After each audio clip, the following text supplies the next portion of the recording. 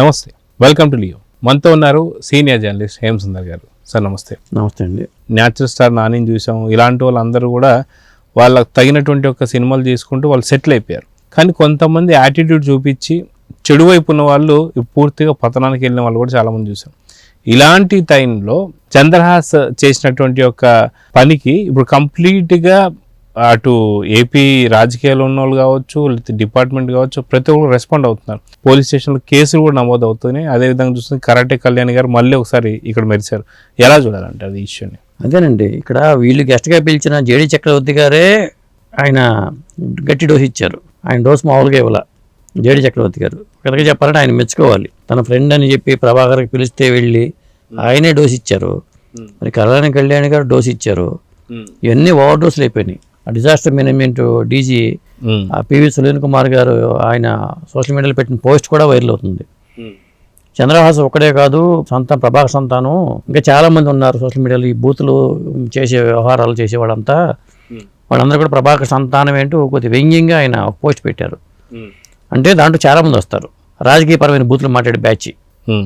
వాళ్ళందరూ దీంట్లోకి వస్తారనేది ఆ సునీల్ కుమార్ గారు చెప్పిన ఇది. కాబట్టి ఈ బూతులు అనేవి సమాజంలో ఇప్పుడు పెద్ద వైరల్గా మారినాయి. నీతులు చెప్తే పర్లా, బూతులతో బయటకు వస్తే ఏమవుతుంది? ఉన్న పరువు కాస్త పోతుంది. అది సినిమా రంగం కావచ్చు, రాజకీయ రంగం కావచ్చు, ఏ రంగమైనా కావచ్చు. అయితే అదిగాక మనం చూసుకుంటే మెగాస్టార్ చిరంజీవి లాంటి వారు కూడా నిజంగా కుర్ర రక్తం వాళ్ళ ఇంట్లో ఎంతమంది హీరోలు అందరికీ తెలిసింది. దాదాపు 12 మంది హీరోలు ఉంటారు.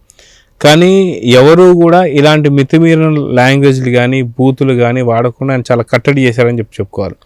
కానీ ఒక టీవీ సీరియల్కి సంబంధించినటువంటి ఒక ప్రభాకర్ గారి కొడుకు ఇలా మాట్లాడుతుంటే చంద్రహాస్ దాన్ని సమర్థిస్తూ వస్తున్నటువంటి ప్రభాకర్ గారిని ఎలా చూడాలంటే? ఆయన మెగాస్టారే కదా, ఆయన బుల్లితెర మెగాస్టార్, ఈటీవీ మెగాస్టార్. ఆయన ఈటీవీ మెగాస్టారు, ఈయనేమో సినిమా రంగం మెగాస్టార్. మరి సినిమా రంగం మెగాస్టార్ గారు ఇంత ఎదిగినా హుందాగా ఉంటారో, ఇంత ఎదిగినా మీడియాతో ఎలా ఉండాలి ఏంటి అనే దాని మీద చాలామంది నేర్చుకోవచ్చు. హీరోలందరూ నేర్చుకోవచ్చు. ముఖ్యంగా చిరంజీవి గారిని చూసి హీరోలందరూ నేర్చుకోవచ్చు.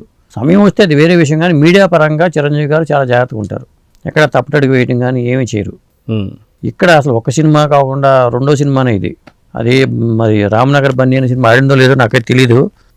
ఇప్పుడు బరాబర ప్రేమిస్తా ఎలా ఉందో అడిగితేనేమో నేనైతే చూడలేదు. మీడియా మిత్రులు ఆ సినిమా కూడా వెళ్ళాలనే మాట వాడుతున్నారు. వాళ్ళు ఏమన్నా సినిమాకి వెళ్ళావా అని ఒక మిత్రుని అడిగితే ఆ సినిమా కూడా వెళ్ళాలనే మాట ఒక మిత్రుడు వాడాడు.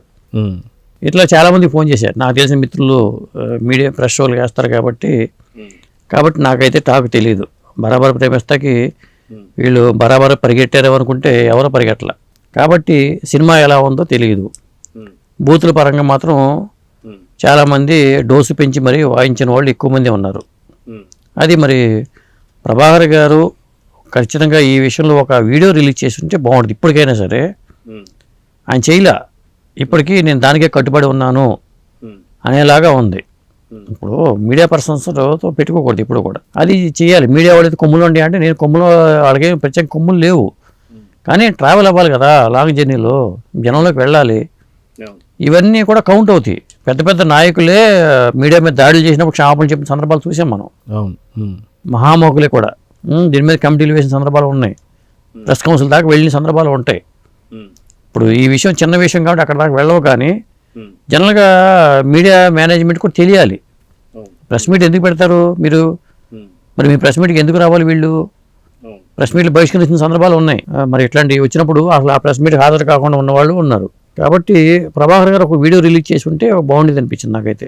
సో ఇటీవల కాలంలోనే మళ్ళీ మంచు విష్ణు గారు కూడా ఇలానే ఒక జర్నలిస్ట్ని, సేమ్ అదే జర్నలిస్ట్ అశోక్ గారినే, బిగ్ టీవీ సంబంధించినటువంటి ఒక అశోక్ గారినే అటు చంద్రహాస్ కావచ్చు, ఇటు మళ్ళీ మంచు విష్ణు కావచ్చు, ఇద్దరు కూడా మాటల దాడి చేశారని చెప్పుకోవాలి.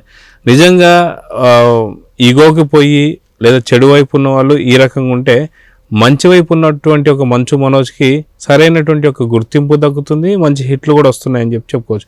సో మంచి చెడుకి వ్యత్యాసం ఇదేనా అంటే ఏమంటారు? అంటే మంచుకి చెడుకినా, మంచికి చెడుకునా, రెండింటికి మీరు అన్న అది ఆ వ్యవహారం ఎంతవరకు వెళ్ళిందో తెలీదు. ఆ రోజు చూసాం. నేను ఫోన్ చేస్తున్నాను, లైవ్లో సడన్గా ఫోన్ చేసి అడగడమేనా? ముందు చెప్పాలి కదా. ఒక విధంగా చెప్పాలంటే గతంలో ఏంటంటే రాజకీయ నాయకులు అది ముఖ్యమంత్రి హోదాలో ఉన్నా పలానప్పటి నుంచి లైవ్లో మేము మాట్లాడుతామని చెప్పినప్పుడు వాళ్ళు వెంటనే స్పందించి మాట్లాడిన సందర్భాలు ఉన్నాయి. చాలా మంది తింటూ కూడా మాట్లాడిన వాళ్ళు మాట్లాడిన వాళ్ళు ఉన్నారు. అప్పటికప్పుడు కొంతమంది సందర్భాలు టక్కని చెప్పరు, అప్పటికప్పుడు కలిపేస్తారు లైను. వాళ్ళు మాట్లాడతాక సిద్ధపడిన వెంటనే ఇచ్చేస్తారు. అది చెప్పాలి కదా. ముందు ఫోన్ డైరెక్ట్గా ఎత్తకుండా కనీసం వాళ్ళ పర్సన్ దగ్గర ఫోన్ పెట్టుకుని వాళ్ళు చెప్తారు ఇట్లా లైవ్లో ఉండారండి, మాట్లాడతారా లేదా అంటే ఇప్పుడు కాదండి తర్వాత చెప్పాలి. అట్లా కాకుండా ఏకంగా డిస్కషన్ పెంచడం కూడా కరెక్ట్ కాదుగా. ఇలా సందర్భాలు మరి మంచు విష్ణుకి గతంలో 2-3 సార్లు ఎదురైనాయి. అట్లాగే మరి ఈ వ్యవహారంలో ఇప్పుడు ఇక ఇది పక్కదారి పట్టిపోయింది. అది ఏమైంది తెలియట్లేదు, కానీ చంద్రహాస్ ఇష్యూ వచ్చింది, దాన్ని కప్పేసింది. అది సో ఓవరాల్గా చూసుకుంటే కొంత యాటిట్యూడ్ స్టార్ అయినటువంటి ఒక చంద్రహాస్ చేస్తున్న వ్యాఖ్యలు కావచ్చు, పాడిన పాటలు కావచ్చు, మళ్ళీ విసిరిన సవాళ్ళు కావచ్చు, ఇవన్నీ తీసి ఒక పక్కన పెడితే మంచి వైపు నించున్నటువంటి హీరోలు చాలా స్లోగా ఒక్కొక్క మెట్టు ఎదుగుతూ వాళ్ళకు మంచి హిట్లు కూడా వస్తూ ఉన్నాయి. సో వీరిని ఎలా చూడాలంటారు? ఇప్పుడు మీరు చూడండి, నిఖిల్ యంగ్ హీరోలు చాలామంది కొత్త కుర్రోళ్ళు, నిఖిల్ కానీ లేకపోతే అడవి శేషు కానీ ఇలా కొంతమంది ఉంటారు, నవీన్ పోలిశెట్టి కానీ. వీళ్ళు మాట్లాడే తీరు, మాట్లాడే విధానం మనకి చాలా బాగుంటుంది. ఆఖరి సిద్ధు జొన్నలగడ్డ కానీ వీళ్ళందరూ కూడా మరి అందరికీ యాటిట్యూడ్ ఉంటుంది. యాటిట్యూడ్ లేని వాళ్ళు ఎవరు ఉండరు, కానీ సమాజంలో ఉన్నప్పుడు ఆ యాటిట్యూడ్ కాస్త పక్కకి వెళ్ళిపోవాలి. అది ఇప్పుడు ముఖ్యంగా న్యాచురల్ స్టార్ అంటే చాలా బాగా అందంగా ఉంది పేరు. యాటిట్యూడ్ స్టార్ అంటే అది నిజంగా ఆయన పెట్టుకున్నారా? అది ఆ పేరు మార్చుకుంటే బెటర్. ఆయన అందరూ యాటిట్యూడ్ స్టార్ అంటే మనం కూడా యాటిట్యూడ్ స్టార్ అనాల్సి వస్తుంది. ఒక విధంగా పాపులారిటీ పరంగా బాగుంటుంది, కానీ లేదా వైరల్ స్టార్ని పెట్టుకుంటే ఇంకా బెటర్గా ఉంటుంది. యాటిట్యూడ్ అంటే నెగిటివ్ మీనింగ్ వస్తుంది కాబట్టి ఏదైనా కానీ అసలు ముందు పేరుకు ముందు స్టార్కి ముందు అప్పుడే ఎందుకు? ఇప్పుడు న్యాచురల్ స్టార్ నాని అంటే ఆయన ఎన్నో సినిమా చేసిన తర్వాత న్యాచురల్ స్టార్ నానిగా అయ్యారు. అంటే ఇప్పుడు ఏమైపోయిందంటే చంద్రహాస్ దగ్గర నుంచి ఆ ఇష్యూ అటు తిరిగి ప్రభాకర్ గారి మీదకి వెళ్ళింది. ప్రభాకర్ గారు కూడా దీనిని ఆయన సపోర్ట్ చేస్తూ అవును ఖచ్చితంగా క్షమాపణ చెప్పాలని చెప్పి అటు ఎవరైతే ఉన్నారో అశోక్ గారిని అడగడం కూడా ఎలా చూడాలంటారు? ప్రభాకర్ గారి సపోర్ట్ని ఎలా చూడవచ్చు? నేను చెప్పేది అదే. అశోక్ ఇక్కడ తప్పు ఏమీ కనపడలా. ఆయన అక్కడ మాట జరిగింది, ఆ వీడియో అనే మాట తప్పితే దానికి కూడా క్షమాపణ చెప్పాడు. మీ సమాజంలో జరిగిందని ఎత్తి చూపడమే కదా జర్నలిజం అంటే. దీనికి ఆయనకు వచ్చేది ఏమైనా ఉందా? అశోక్ గారికి వచ్చేది ఏమీ లేదు. ఒక మంచి సందేశం ఇవ్వండి, మీకు జనంలోకి వస్తున్నారు కాబట్టి మరి మంచిగా ఉండండి, మీ కెరీర్ బాగుంటుంది అని చెప్పాడు ఆయన. ఇలా మాట్లాడితే కరెక్ట్ కాదు. ఆయన ఇదే కాదుగా ప్రతి విషయాన్ని ఎత్తి చూపుతాడు. ఆయనే కాదు, చాలా మంది జర్నలిస్టులు చేసే పనే అదే. వాళ్ళ ఉద్యోగ ధర్మం అది. ఎక్కడేం జరిగినా దాన్ని ఎత్తి చూపడమే కదా చేసేది.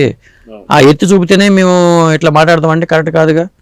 కాబట్టి జరిగిన దానికి చింతిస్తూనో లేకపోతే ఏదో దాన్ని కవర్ చేసేలాగా ప్రభాకర్ గారికి చాలా నాలెడ్జ్ ఉంది కాబట్టి, ఈ ఫీల్డ్ కొత్త కాదు కాబట్టి ఆయన తనదైన శైలిలో స్పందించి ఒక మెసేజ్ రిలీజ్ చేస్తుంటే బాగుండేది. ఇది ప్రొలాంగ్ చేయడం కూడా కరెక్ట్ కాదు నాకు తెలిసి. సో ఇప్పుడు ఇంత ఇంపాక్ట్ ఏదైతే ఉందో చంద్రహాస్ మీద వచ్చింది, అది సినిమా పైన పడే అవకాశాలు ఉన్నాయంటారా? ఖచ్చితంగా ఉంటాయండి. వాళ్ళ అసలు పెద్ద పెద్ద బాయ్కాట్ అనే ఒక హ్యాష్ ట్యాగ్ ని వైరల్ చేస్తుంటే పలానా దాన్ని బాయ్కాట్ చేయమని చెప్తుంటే వాళ్ళ మీద ఒపీనియన్, హీరో మీద ఉండే ఒపీనియన్ బట్టి సానుభూతితో సినిమాలు హిట్లు చేసిన సందర్భాలు ఉన్నాయి. ఆ హీరో మీద సానుభూతితో సినిమాలు హిట్లు చేసిన సందర్భాలు ఉన్నాయి. అది ఇవాళ జనాన్ని అభిమానిని సంపాదించుకోవడం చాలా కష్టం. అది ఒకసారి అభిమానం సంపాదించుకుంటే మనకి వాళ్ళు వెన్ను కాస్తారు, వాళ్ళు మనకు అండగా నిలబడతారు. అది ప్రధానమైన అంశం. అది లేదు మా అనుకుంటే ఎట్లా చేయాలో అలా చేస్తారు వాళ్ళు. అంటే జనానికి కూడా యాటిట్యూడ్ ఉందంటారు. వాళ్ళు గమనిస్తారు, ప్రతిదీ గమనిస్తారు. మనం మాట్లాడే మాటల్లో నిజాయితీ ఉందా లేదని ప్రతి ఒక్కరు గమనిస్తారు. సో చూద్దాం సార్, మొత్తానికి యాటిట్యూడ్ స్టార్ సినిమా బరాబర్ ప్రేమిస్తా ఎలా ఉంది ఏంటి, వాస్తవానికి ఆ సినిమాకి నిజంగా యాటిట్యూడ్ స్టార్ సినిమాకి యాటిట్యూడ్తో వెళ్తారా లేదా అనేది చూద్దాం. మరి నమస్తే. నమస్తే అండి.